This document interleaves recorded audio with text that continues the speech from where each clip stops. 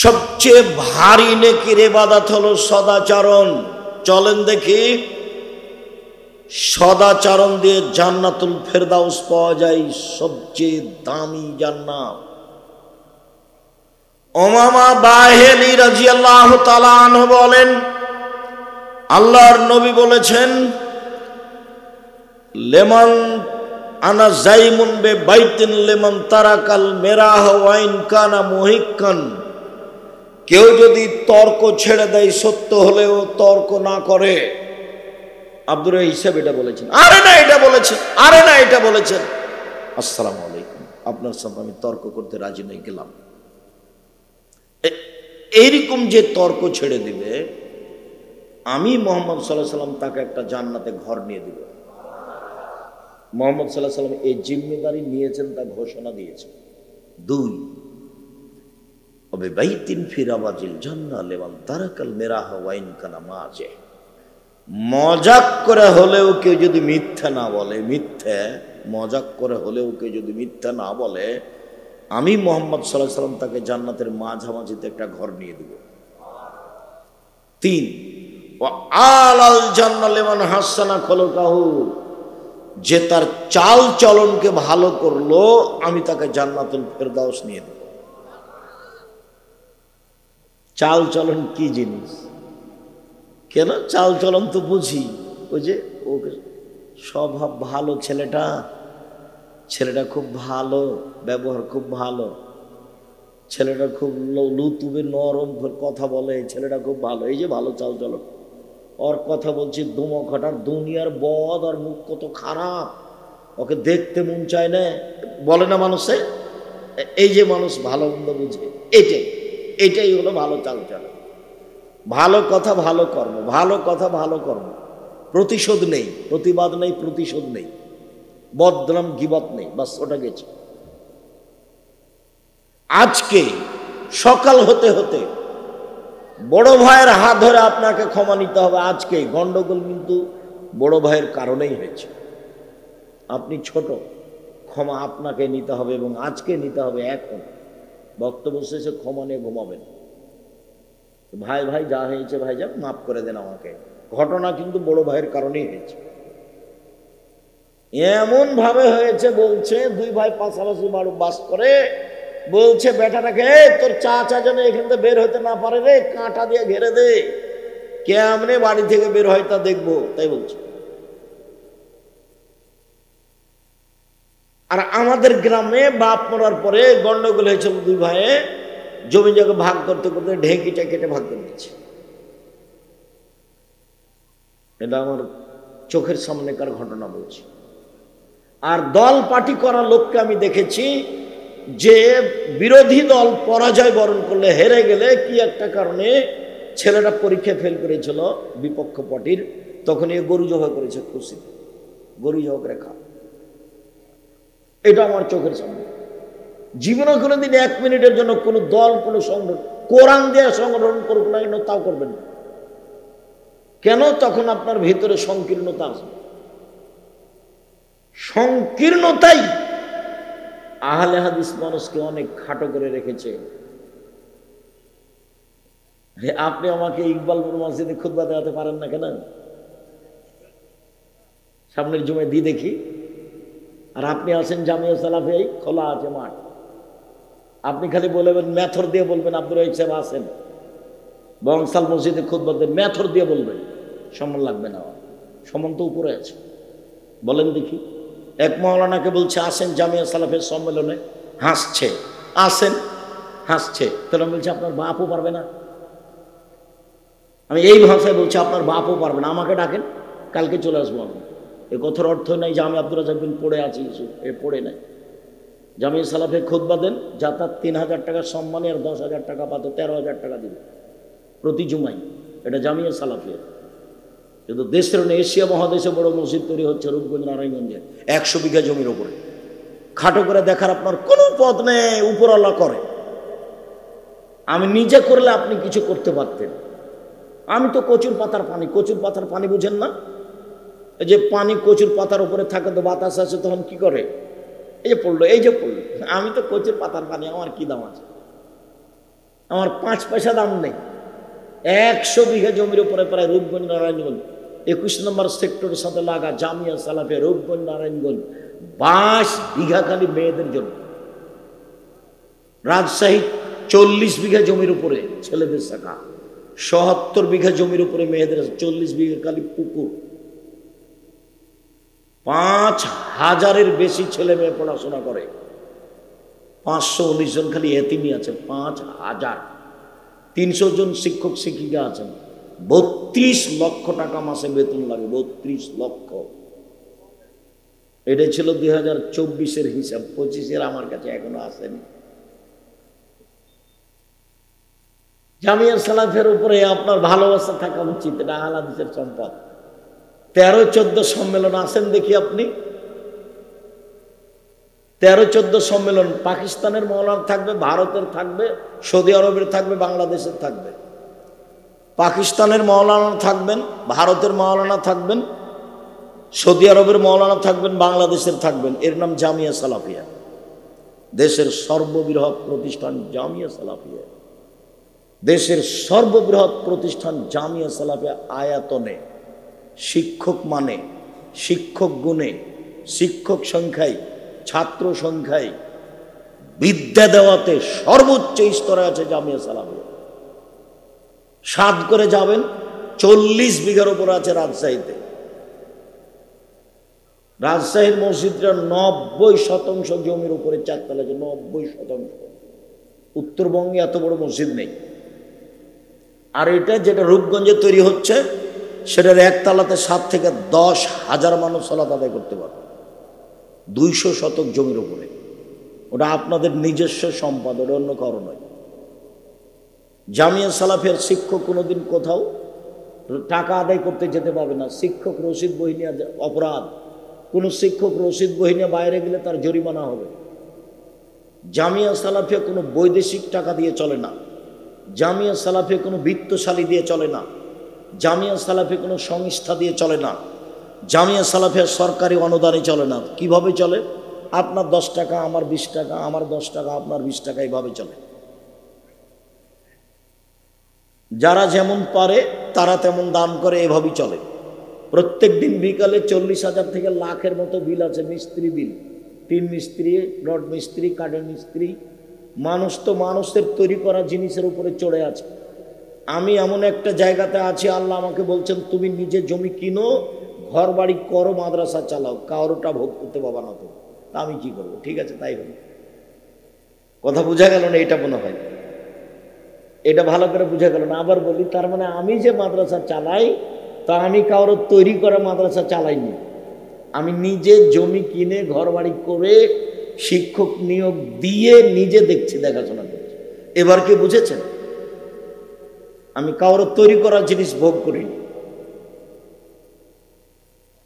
সম্মানিত দিনী ভাই বোন, আপনার ভালোবাসা ঐকান্তিকভাবে ভালোবাসা আমি দাবি করি।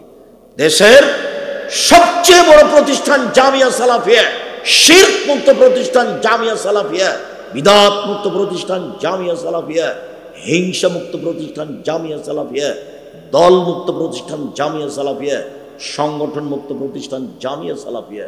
60 জন 70 জন শিক্ষক বসে আছেন, দল সংগঠনের কথা মুখ দিয়ে উচ্চারণ করতে পারবেন না। কেউ কারোর বিরুদ্ধে কথা বলতে পারবে না, বিরুদ্ধে কথা বলাই নিষেধ। বাস অফিসে বসবে, প্রয়োজনীয় কোনো কথা বলবে, ঘন্টা পড়েছি ক্লাসে যাবে। এই 25 থেকে 30 তারিখের মধ্যে বেতন পাবে, 1 তারিখের মধ্যে বেতন নিয়ে যাবে, আহাল পরিবার না খাবে। কিভাবে প্রতিষ্ঠান চলছে তার ভাববার প্রয়োজন নেই, ওটা আল্লাহ দেখবে। সম্মানিত দিনী ভাই বোন, এক, সত্য হলেও তর্ক ছেড়ে দিলে আল্লাহর নবী তাকে জান্নাতে একটা ঘর নিয়ে দিবেন। 2, মজাক করেও মিথ্যে না বললে, মজাক করেও মিথ্যে না বললে আল্লাহর নবী তাকে একটা জান্নাতের মাঝামাঝিতে ঘর নিয়ে দিবেন। 3, চাল চলন ভালো করলে আল্লাহর নবী তাকে জান্নাতুল ফেরদাউস নিয়ে দিবেন। সবচেয়ে দামি জান্নাত পাওয়া যাবে ভালো চাল চলনে। আবু মালিক আশআরী রাদিয়াল্লাহু তাআলা আনহু বলেন, রাসূল সাল্লাল্লাহু আলাইহি সাল্লাম বলেছেন, ইন্না ফিল জান্নাতে গোরাব ইরা জাহিরুহুম বাতিনুহুম বাতিনুহুম জাহিরুহা। জান্নাতে কতগুলি দামি দামি ঘর আছে, খুব উন্নত মানের পদার্থ দিয়ে তৈরি। বাহির থেকে ভিতর দেখা যায়, ভিতর থেকে বাহির দেখা যায়, খালি টক টক টক টক টক করছে। সাহাবীগণ বললেন, লেমান হাজি, এত দামি ঘর কে পাবে আল্লাহর নবী? তখন আল্লাহ রাসূল বলছেন, লেমান আলানাল কালাম, যার স্বভাব ভালো সে পাবে। নেন এবার, যার চাল চলন নরম সে পাবে। এই ছেলে বসো, আমাকে কোনো কাজ দেখাবেন না, অল্প সময়, দয়া করে আমাকে কোনো ব্যস্ততা দেখাবেন না। আমি আপনার জন্য এসেছি, আপনি মূল্যায়ন করবেন। কি প্রয়োজন, পেশা লাগলো, পায়খানা লাগলো, চা খাবেন, উঠে যাবেন কেন? আমি যে আপনার জন্য এসেছি, আপনি কেন উঠবেন? হিসাব করে বসে থাকবেন, পাখি যেন মনে করে আপনি পাথর। সম্মানিত দিনী ভাই বোন, সদাচরণ দিয়ে সবচেয়ে দামি জান্নাত পাওয়া যায়।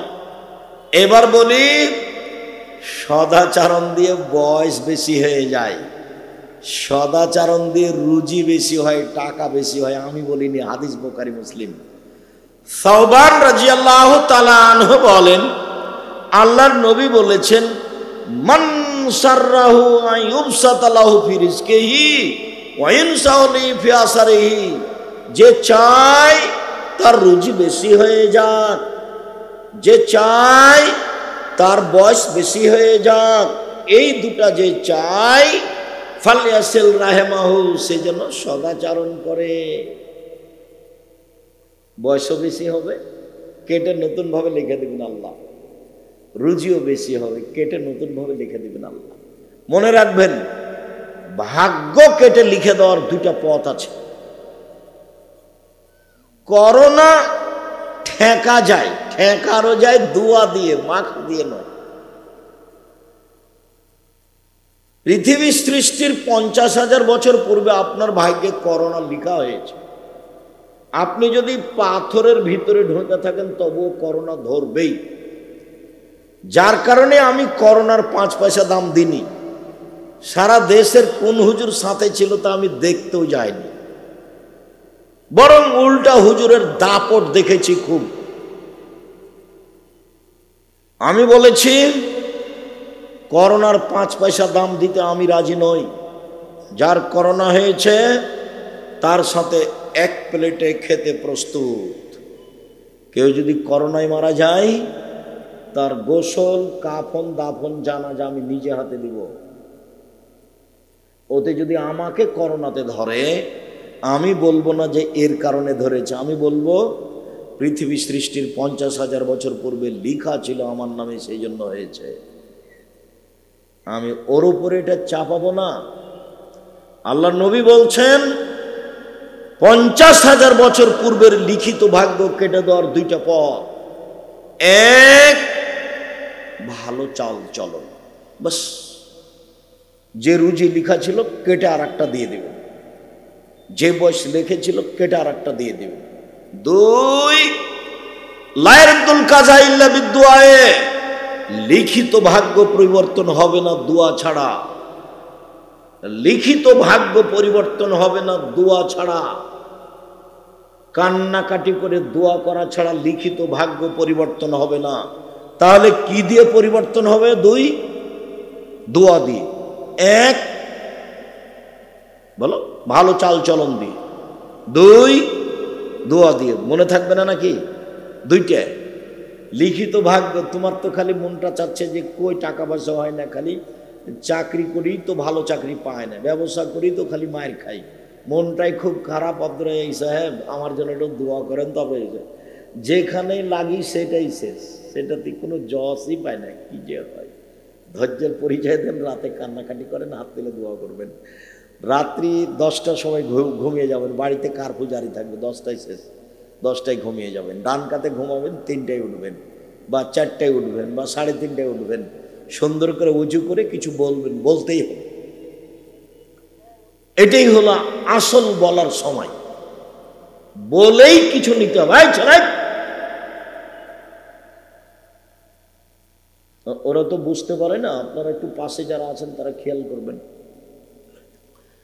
সম্মানিত দ্বীনি ভাই বোন, নাওয়াস ইবনে সামান রাদিয়াল্লাহু তাআলা আনহু বলেন, আমি একদা আল্লাহর নবীকে বললাম, আল্লাহর নবী বল বিররু ওয়াল ইসম, পাপ কি জিনিস, নেকি কি জিনিস বলেন তো আল্লাহর নবী, পাপ কি জিনিস, নেকি কি জিনিস? তখন আল্লাহ রাসূল বলছেন, আল বিররু হুসনুল খুলুক, নেকি হলো ভালো আচরণ। কেন? আল্লাহ নবী বলবেন নেকি হলো তাহাজ্জুদ, আল্লাহ রাসূল বলবেন নেকি হলো হজ, আল্লাহ রাসূল বলেন নেকি হলো কোরআন মাজিদ তেলাওয়াত। এইটা না বলে আল্লাহ নবী বলছেন নেকি হলো ভালো আচরণ। নেন এবার, হাদিস কিন্তু বুখারী মুসলিম, আমার আপনার ভেবে চলার কোনো সুযোগ নেই। একজন জোহাইনা কাবিলার এক লোক বলছেন, এক সাহাবী, কালু সাহাবীগণ আল্লাহর নবীকে বলেন, আল্লাহর নবী মা খাইরু মাউতিয়াল ইনসান, আল্লাহর নবী মানুষকে যে আল্লাহ যত নিয়ামত দিয়েছেন তার সবচেয়ে উত্তম কোনটা বলেন তো আল্লাহর নবী? নিয়ামত কি? 2 হাত। কিভাবে নিয়ামত বুঝবো এটা? যার 1 হাত নাই তাকে জিজ্ঞাসা করেন। বুঝা গেল না কথা? হাত যে নিয়ামত আল্লাহর, এটা কখন বোঝা যাবে? যার 1 হাত নাই তাকে জিজ্ঞাসা করেন কিভাবে কাপড় পরে, কিভাবে পানি খরচ করে। পা যে নিয়ামত, এটা কাকে জিজ্ঞাসা করতে হবে? যার 1 পা নেই ওকে জিজ্ঞাসা করেন, তাহলে বুঝবেন নিয়ামত। যার চোখ নাই তাকে বলেন যে পৃথিবী কেমন, কোনদিন দেখেনি পৃথিবী, এমনিতে দিন পার, জীবন শেষ এমনিতে, কোনদিন দেখেনি পৃথিবী কেমন। তো চোখ নিয়ামত। আল্লাহর নবী বলেন, তো আল্লাহ তো মানুষকে অনেক নিয়ামত দিয়েছেন, বাড়ি গাড়ি জমি জায়গা বউ ছেলে মেয়ে হাত পা অর্থ সম্পদ সব নিয়ামত, সবচেয়ে ভালো কোনটা এটা বলেন। তখন আল্লাহ রাসূল উত্তরে বলছেন আল্লাহ হুসনুল খুলুক, ভালো আচরণ। আমি বুঝাতে না পারলে কিন্তু আমি অক্ষম। আল্লাহ রাসূল ঠিকই বলেছেন। এটি কিন্তু 1450 বছর থেকে এসব আদেশ আছে, উপদেশ বইয়ে আছে, উপদেশ বইয়ে আছে, আপনাকে পড়তে হবে। আল ইতিসাম পত্রিকা আপনার টাকা দিয়ে ছাপিয়েছি, তবে উপদেশ আমি নিজের টাকা দিয়ে ছাপিয়েছি। আপনি আল ইতিসাম পত্রিকা নিতে বাধ্য, আর আমার বইটা নিতে অনুরোধ। ইতিসাম পত্রিকা আপনার টাকা দিয়ে ছাপানো আছে, 12 জন দেশ বিদেশের বড় বড় মুফতি আছে, 50টা প্রশ্নের উত্তর আছে, তার নাম আল ইতিসাম পত্রিকা। দেশের সর্ববৃহৎ সর্বোচ্চ ভালো মানের সবচেয়ে বেশি প্রশ্নের উত্তরে পত্রিকা হচ্ছে আল ইতিসাম পত্রিকা। 12 জন খালি মুফতি, দেশ বিদেশের বড় বড় বিদ্বান যারা মুফতি, একবারে জামিয়া সালাফে বানারসের হেড মুহাদ্দিস, বুখারী পড়ান যিনি, ওখানে তিনি আপনার জামিয়া সালাফে রাজশাহীতে থাকেন, ফতোয়া বোর্ডে তিনি বসেন, তার নাম আল ইতিসাম পত্রিকা। আপনি নিজে পড়বেন, এজেন্ট হিসেবে পড়বেন, নিজে কিনে পড়বেন, আপনার ভিতরে দুর্বলতা থাকে না যেন। বলে যাক, ইকবালপুর মসজিদে আপনাকে খুতবা দিতে পারিনি, আমি পত্রিকাটা তো পড়ছি আব্দুর রাজ্জাক সাহেব, এটা তো করলাম, এতেই হবে। সম্মানিত দ্বীনি ভাই বোন, সবচেয়ে দামি নিয়ামত হলো ভালো চাল চলন। জীবনে কোনোদিন কারোর বিরুদ্ধে মামলা করবেন না, প্রতিশোধ নেবেন না, মাপ, শুধু ছাড় দিয়ে দুনিয়া শেষ, বাস যা হবে হবে, তাকদিরে যা হবে।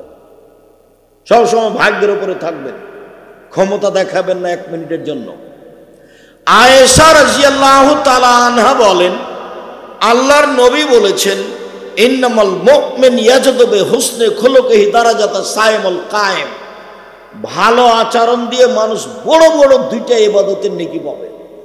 ভালো আচরণ এমন একটা ইবাদত যে এ দিয়ে 2টা বড় বড় ইবাদতের নেকি হয়। এক, নিয়মিত নফল রোজা, বৃহস্পতিবার সোমবার সিয়াম থাকলে